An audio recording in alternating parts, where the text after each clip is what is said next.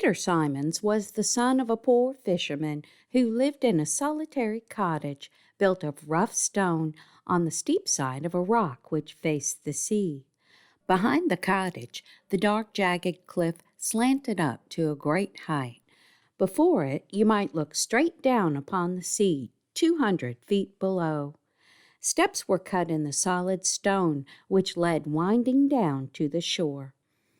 On one side of the house there was a stack of furs to serve for firing. On the other side was a small level space with poles, on which the fisherman hung his nets to dry. The front of the cottage was covered with rows of dried fish of different sorts, cut open and all shriveled and yellow. At the door hung the fisherman's great sea boots and his rough blue coat, lined with red stuff. Peter was a lazy boy, and his father and mother used no means to correct his idle habits, but suffered him to spend his time as he pleased. Sometimes he would lie half the day on the ground before the door, just looking over the edge to watch the curling foam of the waves among the broken rocks below, or throw down stones to see them jump from ledge to ledge as they fell. When the weather was perfectly calm and the sun shone so that from the top of the hill the sea appeared all in a blaze of light, you might perceive a black speck at some distance, like a lark in the clear sky. This was the fisherman's small boat, in which Peter would spend all the hours from one tide till the next.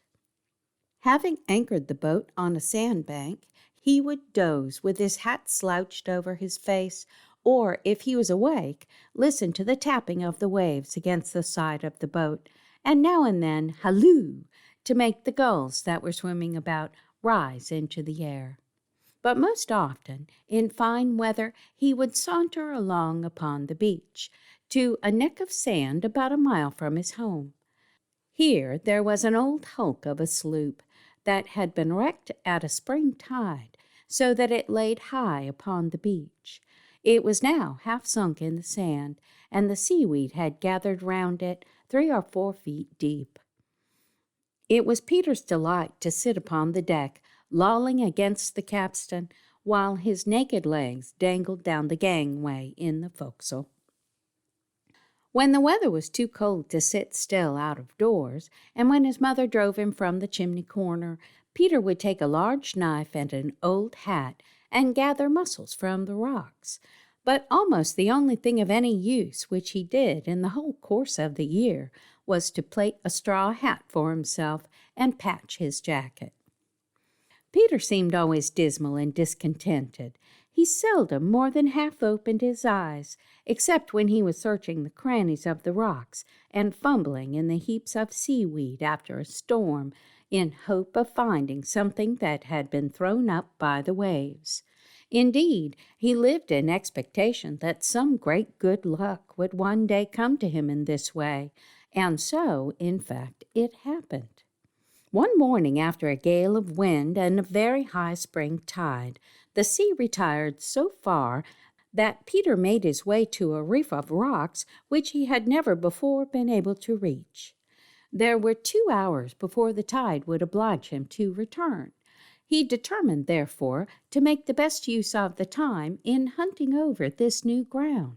He scrambled up and down and jumped from rock to rock so nimbly that at a little distance no one could have guessed that it was Peter Simons.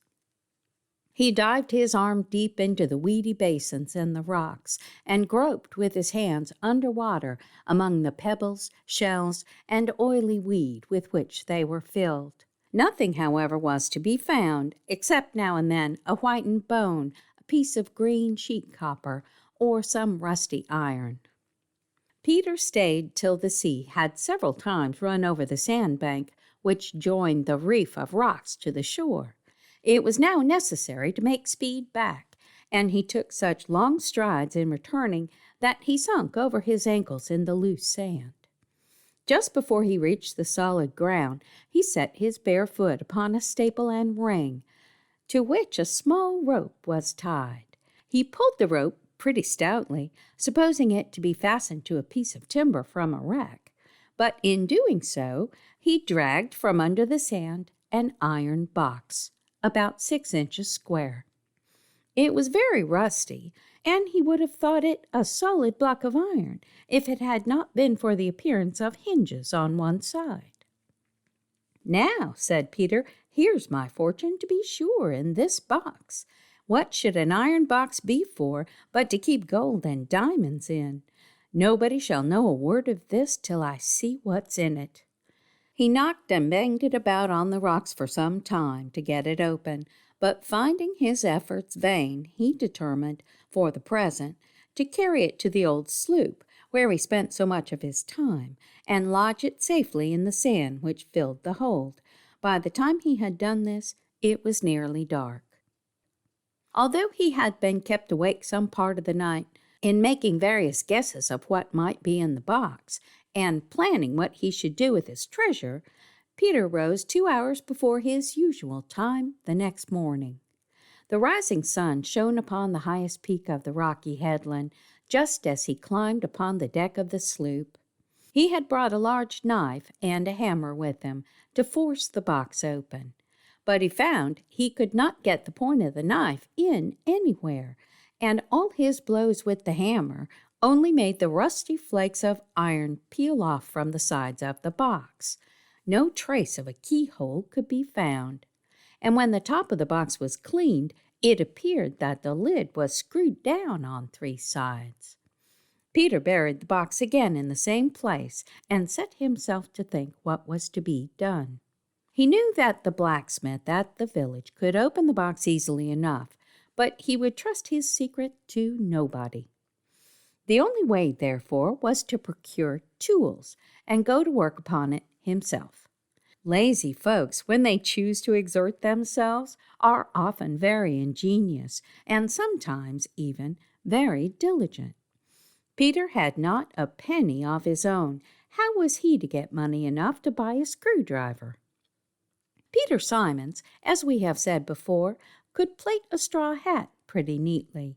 It was a sort of employment that suited him, because he could do it while he sat lolling in the sunshine, thinking about nothing, with his eyes half shut and his mouth half open.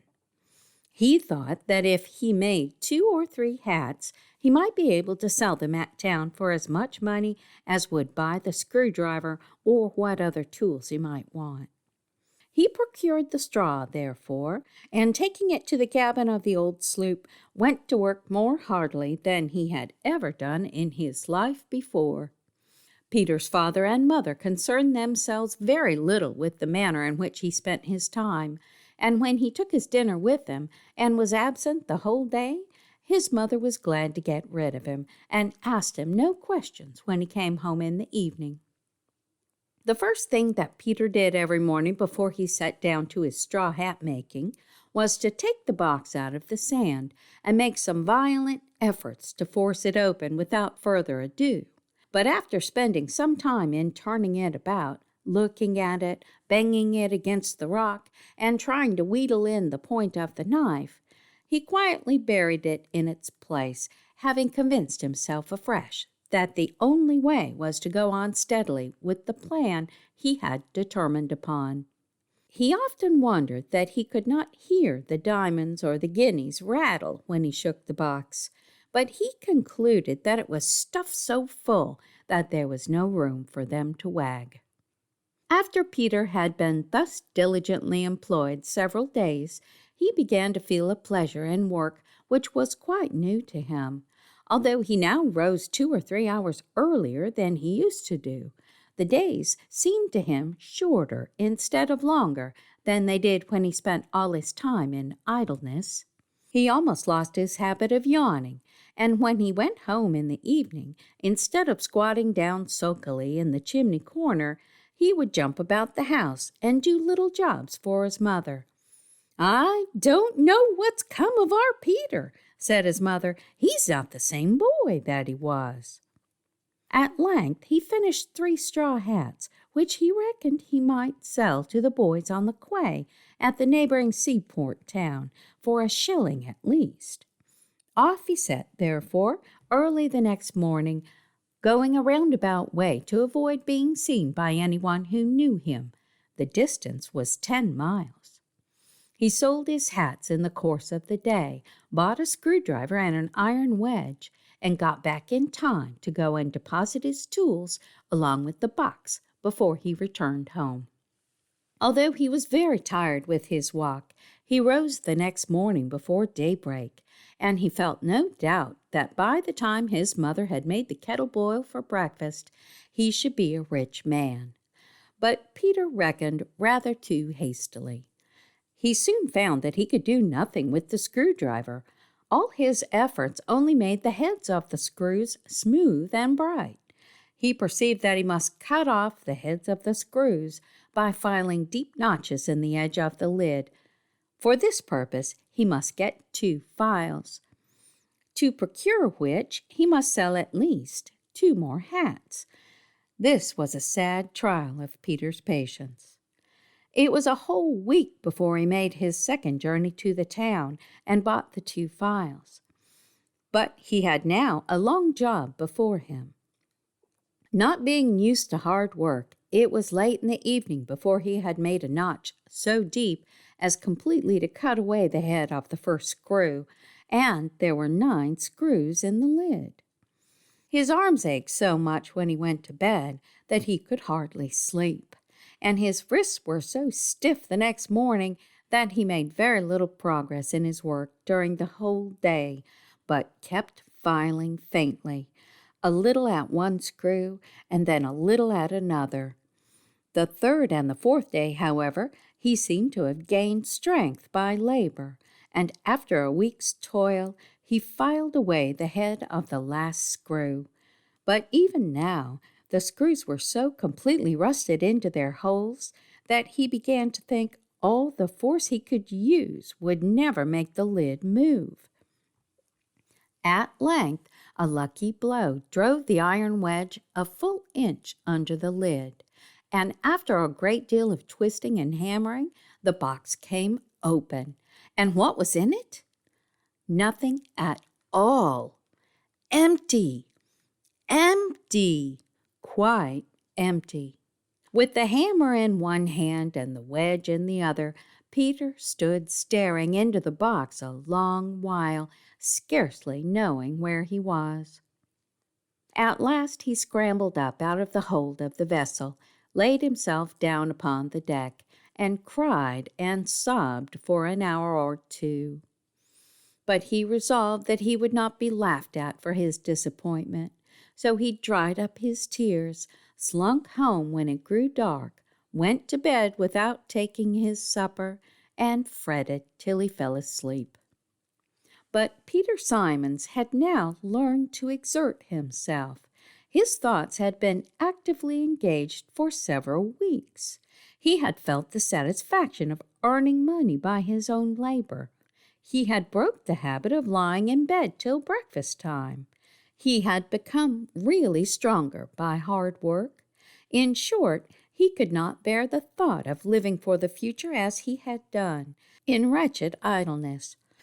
"Father," said he, "I should like to earn my living like other folks. I wish you'd put me to the blacksmiths to work." Peter's wish was accomplished before he had time to repent of it. He was put to work at the blacksmith's. In due time he learned the business well, and got the character of being a clever and industrious workman. When he was in business for himself, he used to say, "I found all my good fortune in an empty box."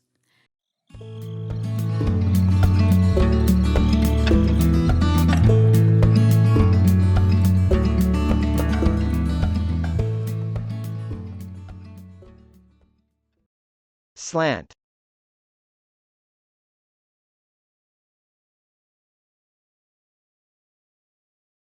Slant.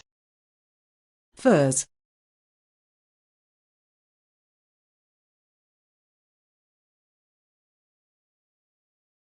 Furs. Ledge.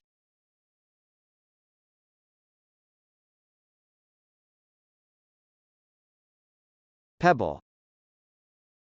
Blaze.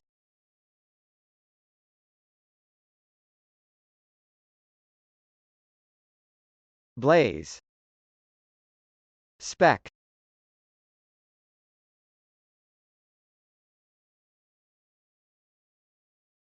speck, lark,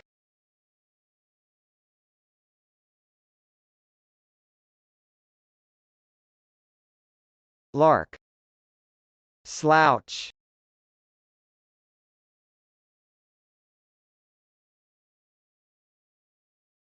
slouch, gull,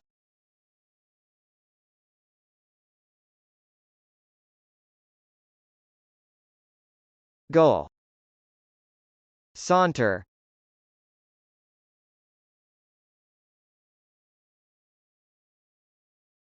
saunter, sloop,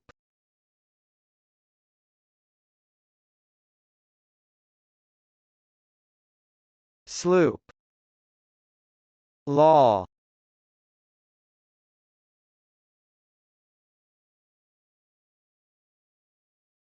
law, capstan,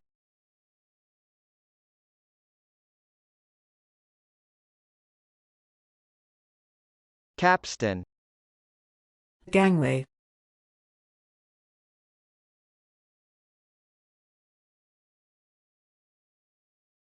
gangway, dismal,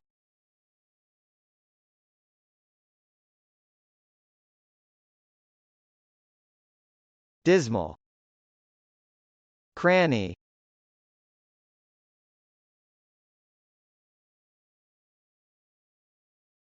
cranny, fumble,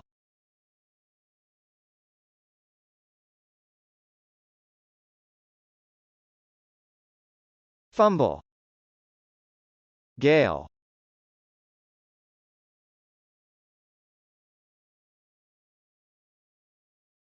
gale, reef,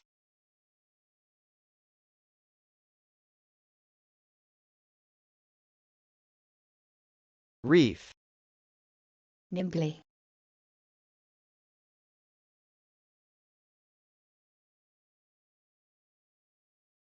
nimbly, grope,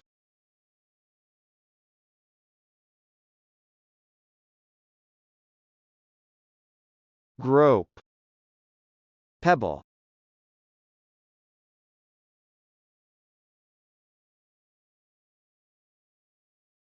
pebble, rust,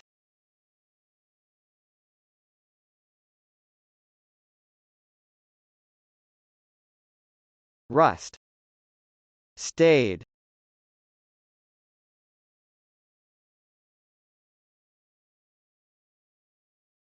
stayed, staple,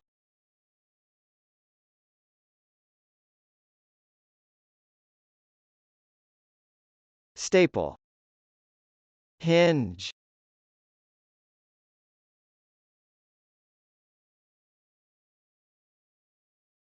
hinge, lodge,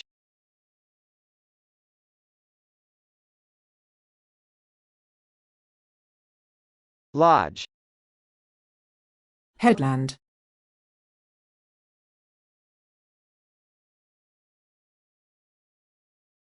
headland, hammer,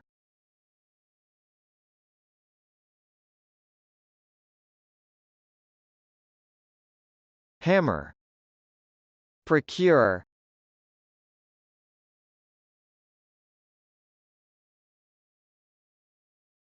procure, exert,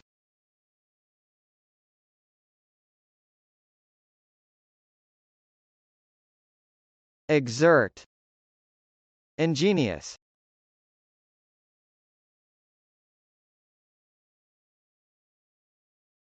ingenious, play,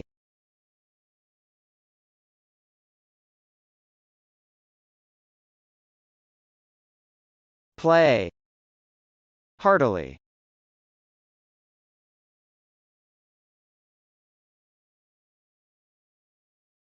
heartily, afresh,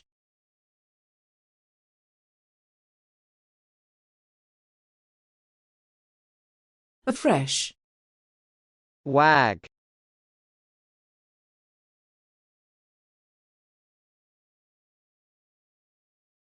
wag, idleness,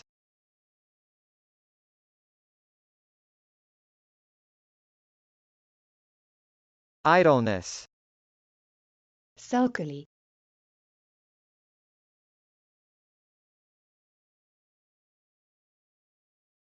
sulkily, key,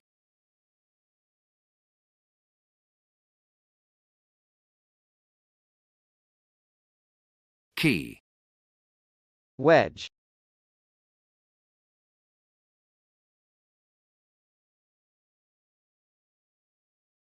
wedge, slink,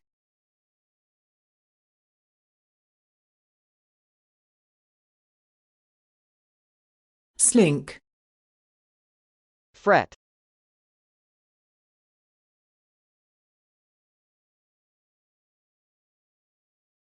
fret, repent,